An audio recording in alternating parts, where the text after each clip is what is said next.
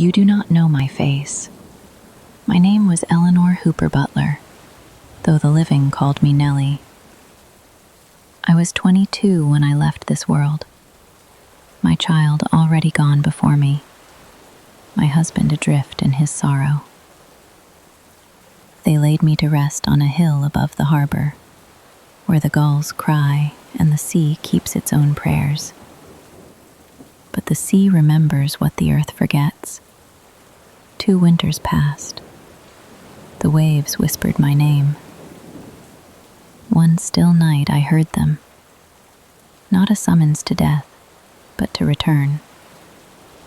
I rose, not to frighten, but to be heard, to tell the man I loved that love endures beyond decay, and to remind the living that the veil between us is thinner than the light between candles.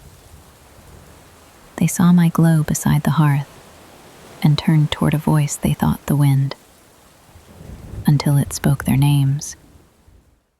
In the spring of 1800, the people of Sullivan, Maine, said a woman stepped back across the line the living are not meant to cross, a light that took the shape of a woman and spoke in a voice that was calm and clear. They gathered in the Blaisdell house to hear her. Mothers, sailors, a minister who did not come to believe, and left with pages of notes. One neighbor swore, "A shining appearance stood before me of the likeness of a woman in white raiment." I conversed with it for more than an hour. Another said, "Her countenance was serene, the light about her steady as the moon." When asked who she was, the voice answered simply, "You shall know me by my voice. I am Nelly Butler." Nelly Eleanor Butler had died 2 years earlier, just 22. They did not describe raps from a wall or table tricks. They described a luminous figure who appeared repeatedly and spoke at length, often in religious exhortation. A farmer's wife recalled, "We saw her as plain as any living woman. She stood between us and the window, and yet we saw the window through her." A young girl whispered that the figure glowed at the edges, not like flame, but like air made into light. To some, the apparition offered comfort, to others, reproof. She called people by name, urged repentance, spoke of heaven, and, most strangely, pressed a living girl, Lydia Blaisdell, to wed Nelly's widower, George Butler. Crowds formed. They said the spirit would enter the room as a soft brightness, then speak with a mild, distinct voice. She was not frightening. She was authoritative.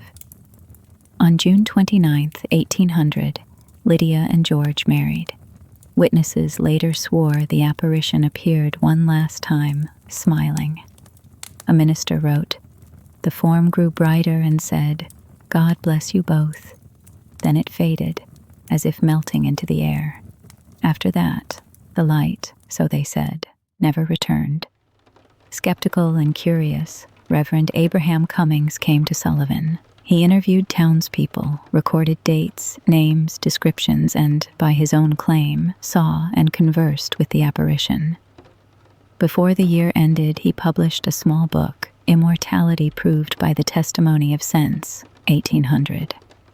From Cummings, "I stood near the appearance and asked many questions. The answers were pertinent, delivered with composure, and tended to piety. Not everyone agreed. Other clergy muttered delusion, some deception, but no charges were ever brought. No hoax was proved. What remains are sworn accounts, ordinary people publicly staking their names to what they said they saw." Before the sermons and the light, there was a woman. Eleanor Nelly Hooper, born along this same rocky coast, where fog lingers like memory. She grew up within sight of the sea, the daughter of a shipwright, the rhythm of tides and hymns marking her days. In 1797, she married George Butler, a sailor's son, a match of faith and affection. Less than a year later, both she and her child were buried in the small meeting house ground at Sullivan. She was 22. No letters survive. No portrait, only a name in the church ledger, and a voice that would not stay silent. When she returned, she did not come in anger. She came as she had lived, calm, devout, certain, and perhaps that is why they listened. This was decades before the Fox sisters and Victorian seances. In a coastal village where death was close and faith was daily, a ghost did not knock on a table, she preached. To the faithful, Nelly's return proved the soul survives. To skeptics, it revealed how grief and hope can shape a vision.